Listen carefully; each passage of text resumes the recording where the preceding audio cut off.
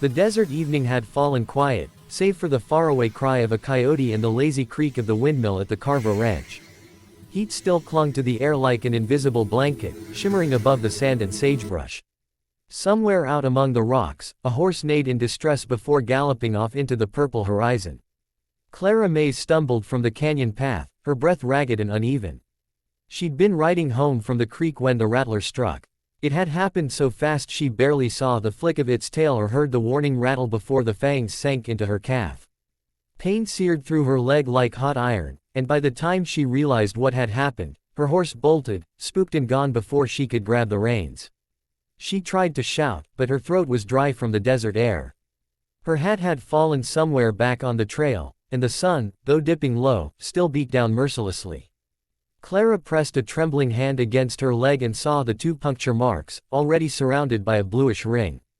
Panic rose in her chest as her calf began to swell under her fingers. "It's swelling fast," she muttered to herself, stumbling forward. The fences of Carver Ranch shimmered in the distance, the only sign of life for miles.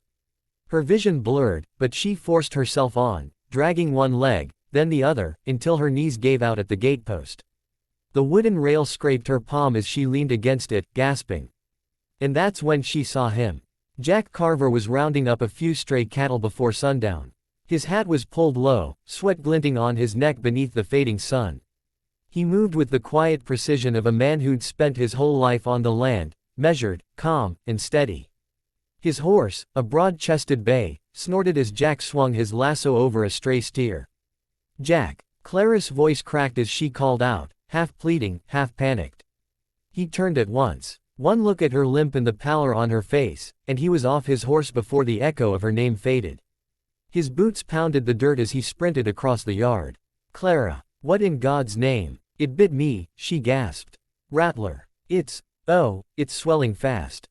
Jack knelt, his eyes darting to the wound. "Damn." He tore off his gloves and pressed a calloused hand just above the bite. Her skin was hot, pulsing with the poison that worked deeper with each heartbeat. He looked up at her face, sweat streaking dust down her cheeks, her lips trembling. "Can you stand?" he asked. She nodded weakly, but her knees buckled the moment she tried. Without another word, Jack scooped her up in his arms. She was light, but her body felt limp, her breathing shallow. He carried her toward the barn, closer than the house, and where he kept the first aid kit and water barrel. The barn doors swung wide with a groan, letting in the fading sunlight that sliced through the dust in golden beams. Horses stirred in their stalls as Jack laid her down gently on a pile of clean hay. Her eyes were half-lidded, her face pale. "Stay with me, Clara," he said firmly, brushing the hair from her forehead. He tore his red bandana from around his neck and wrapped it tight above the bite. The pressure made her flinch, but he didn't ease up. "We've gotta slow the venom." Her fingers clawed weakly at the hay. "Jack, it burns." "I know," he said. "Just breathe. You're gonna be fine." He looked around the barn, at the lantern hanging on a nail, the saddle oil on the workbench, the dusty medicine tin by the window. But deep down, he knew no medicine in this barn could beat a rattlesnake's poison once it got too far. Time was running fast. Outside, thunder rumbled far off across the plains, low and distant. The smell of rain mingled with dust and hay. Jack's mind raced. He'd seen this before, out on the trail when a ranch hand didn't make it back in time. The memory hit him hard. Not Clara. Not tonight. He tore open the old tin box and found a small knife, a piece of clean cloth, and a flask of whiskey. His jaw set firm as he looked at her again. Her leg was turning red, tight as leather around the wound. The swelling had already climbed toward her knee. He gritted his teeth. "We're out of time." Her eyes fluttered open. "Jack, what are you gonna do?" He met her gaze with that same steady calm that made men trust him and women believe him. "The only thing I can," he said quietly. "And you've got to be brave, Clara." The wind howled outside as lightning flashed in the distance. Inside that old barn, under the creaking beams and the smell of rain and sweat, Jack Carver prepared to do the unthinkable, to save her life before the venom claimed it. The lantern flame flickered against the barn's wooden beams, throwing long, trembling shadows over the walls. The smell of hay, sweat, and dust hung thick in the air. Jack Carver crouched beside Clara, his pulse racing, though his face stayed hard and calm. He'd always been the kind of man who didn't flinch when trouble came, but this was different. Clara was fighting for her life. Her breathing had grown shallow, her skin slick with sweat. Every few seconds, her leg twitched as the venom worked its cruel way upward. Jack could almost see it, the swelling creeping inch by inch toward her thigh. The bandana he'd tied above the wound had slowed it some, but not enough. Her face had turned pale under the lantern light, her lips dry and cracked. "Jack," she whispered, her voice barely a breath. "It's getting worse." "I know," he said softly, his jaw tightening. He reached for the whiskey flask and poured some over the knife blade, watching the flame's reflection shimmer in the metal. His hands shook for just a moment before he steadied them again. "You can't," Clara murmured weakly, seeing what he intended. "Jack," he cut her off gently. "I can. I've done it before, and I'll do it again. You listen to me now, Clara Mays, you keep your eyes on me, you breathe, and you don't let go. You hear?" She nodded faintly, a tear slipping down her temple. The barn was silent except for the wind howling outside and the occasional restless snort of the horses in their stalls. Jack took a deep breath. He'd learned this old frontier trick years ago from an Apache guide who once saved his life. It wasn't pleasant. It wasn't guaranteed. But it was her only chance. He pressed the hot blade near the bite. Clara gasped sharply, her hands gripping the hay. The smell of singed skin filled the air, sharp and bitter. Jack worked fast, 2 small cuts, just deep enough to let the venom bleed out. Then, without hesitation, he lowered his mouth close and drew out the dark blood, spitting it into the dirt beside him. Again and again, until the bleeding slowed. Each breath he took was heavy, and each second felt like a battle. The venom was a ruthless enemy, silent, invisible, and merciless. But Jack wasn't about to lose. When he finally stopped, he poured whiskey over the wound and wrapped it tightly in a clean cloth torn from his shirt. His hands were slick with sweat and blood, but his movements stayed sure. Clara lay trembling, her hair sticking to her forehead. "It hurts," she whispered. "I know, sweetheart," he said softly, then caught himself, clearing his throat, lowering his tone. "I mean, hold on. You're tougher than this. You've seen worse storms." Her lips curved faintly. "Not like this one." He let out a small breath, half a chuckle, half relief. "You just worry about breathing. I'll take care of the rest." He stayed by her side, watching for signs, the color in her face, the heat of her skin. After what felt like hours, her pulse steadied. The swelling seemed to stop spreading, though it was still angry and red. Jack's shoulders dropped, the first hint of hope easing through his chest. Outside, the rain had begun to fall, tapping against the barn roof in soft, rhythmic beats. Lightning flashed beyond the open door, lighting up the plains in ghostly white. Jack leaned back on his heels, exhaustion weighing on him. He looked at Clara, her breathing deeper now, her body no longer shaking. He brushed the damp hair from her face again.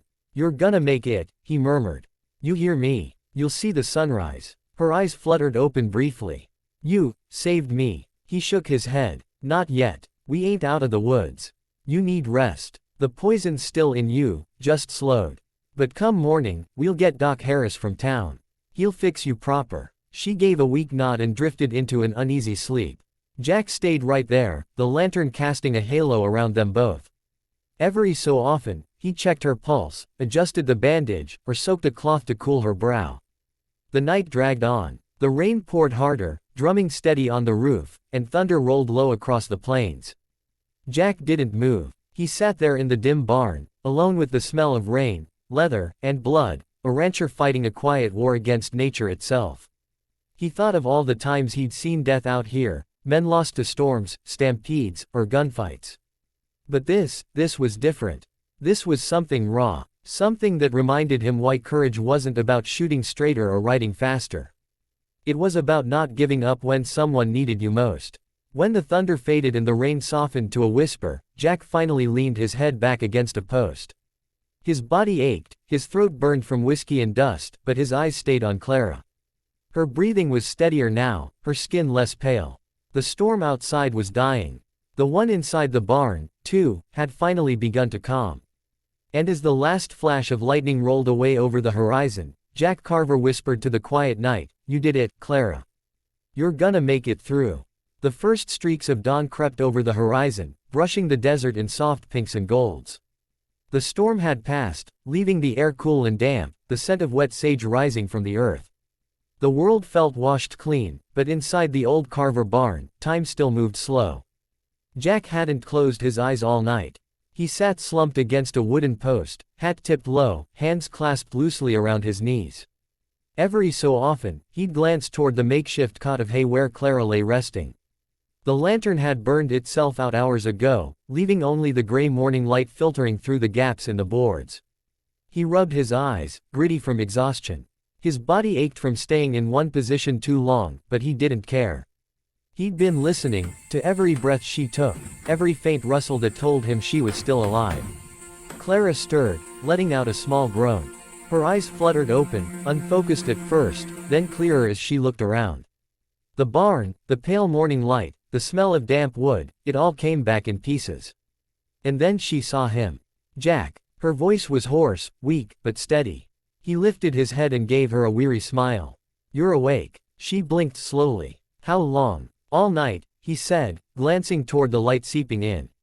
"Storm's gone. You made it through." For a long moment, she just lay there, staring at him, the lines of fatigue on his face, the dirt smudged on his shirt, the red bandana still knotted around her leg.